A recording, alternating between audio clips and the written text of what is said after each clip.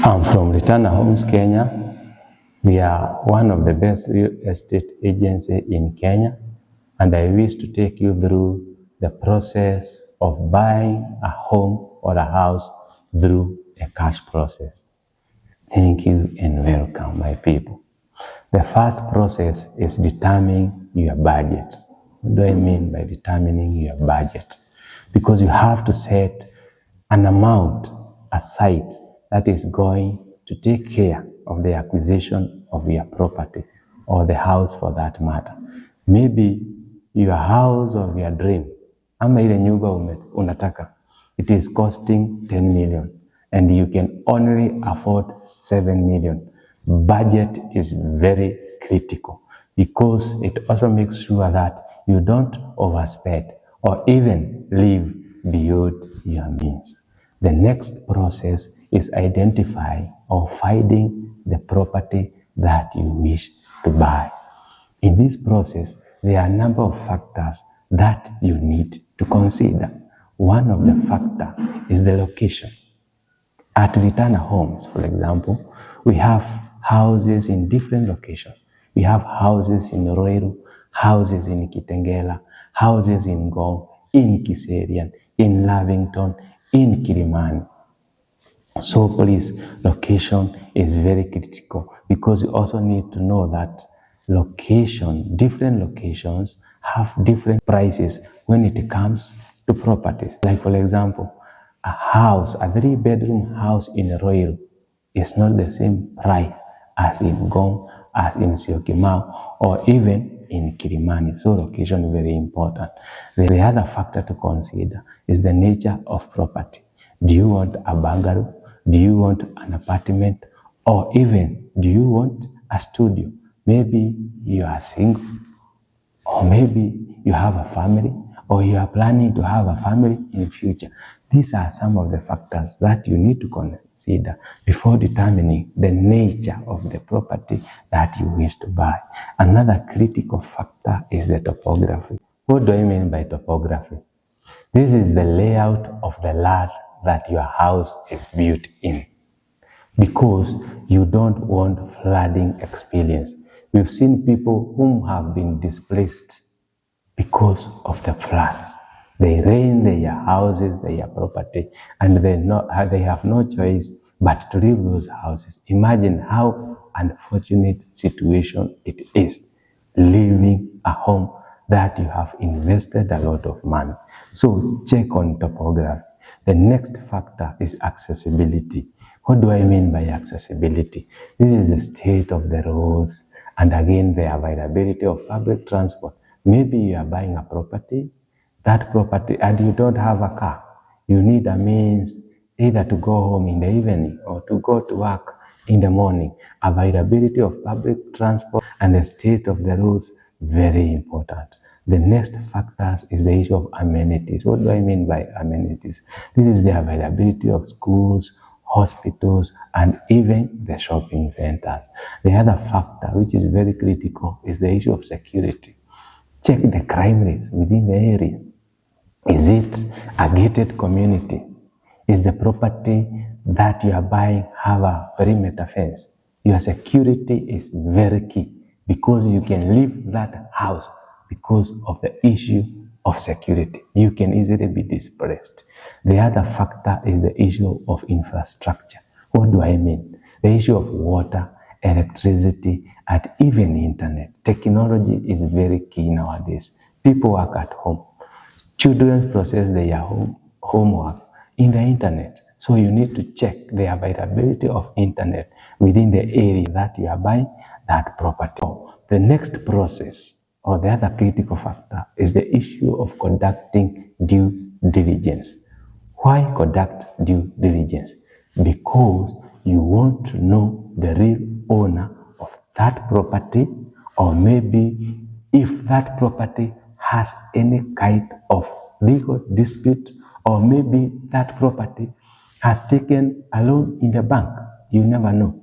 By the way, do you know, we've seen people who have bought a property that has been sold to another like 3-4 people. So please conduct a search for the property you are buying for purposes of confirming the ownership. How do you conduct the due diligence when it comes to verifying the ownership? You just do the RAT search in the Ministry of Land. It will cost you just 1,500 and it will take you 1 to 2 days to get the result of the search.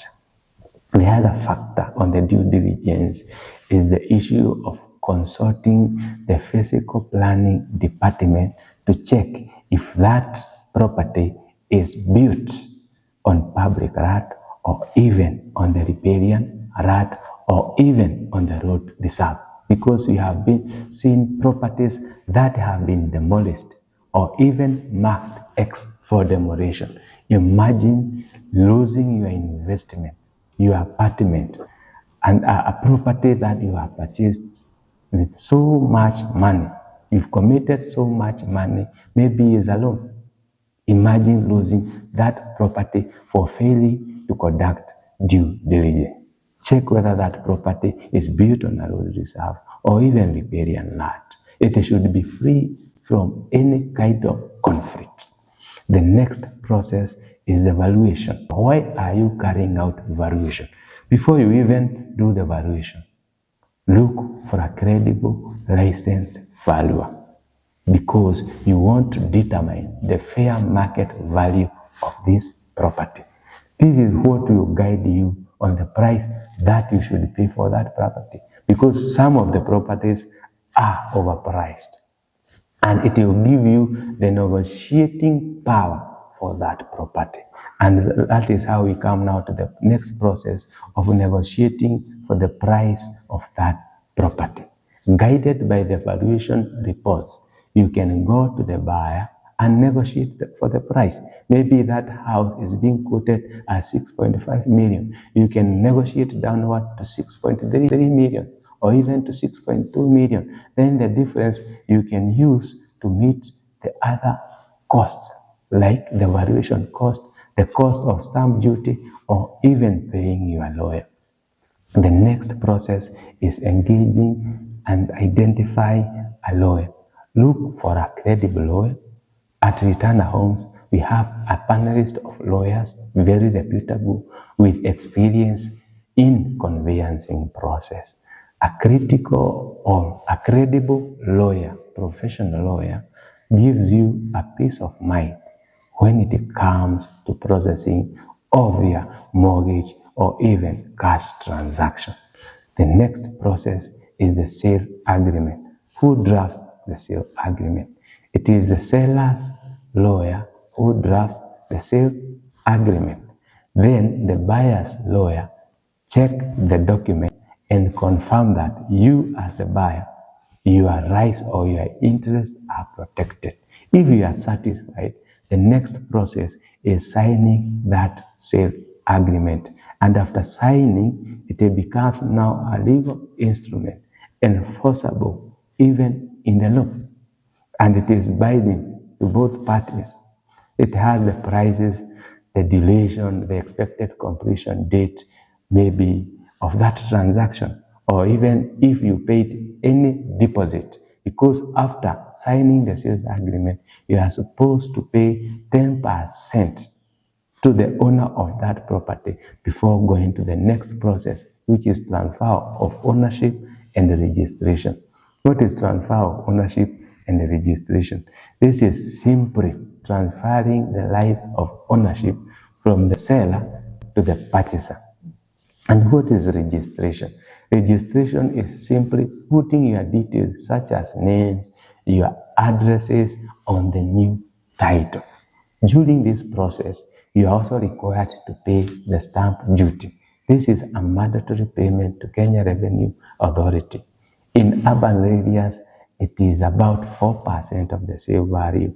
And if you are buying a property or a house in rural areas, it is about 2% of the sale value of the property. The next process is taking now the possession of the property.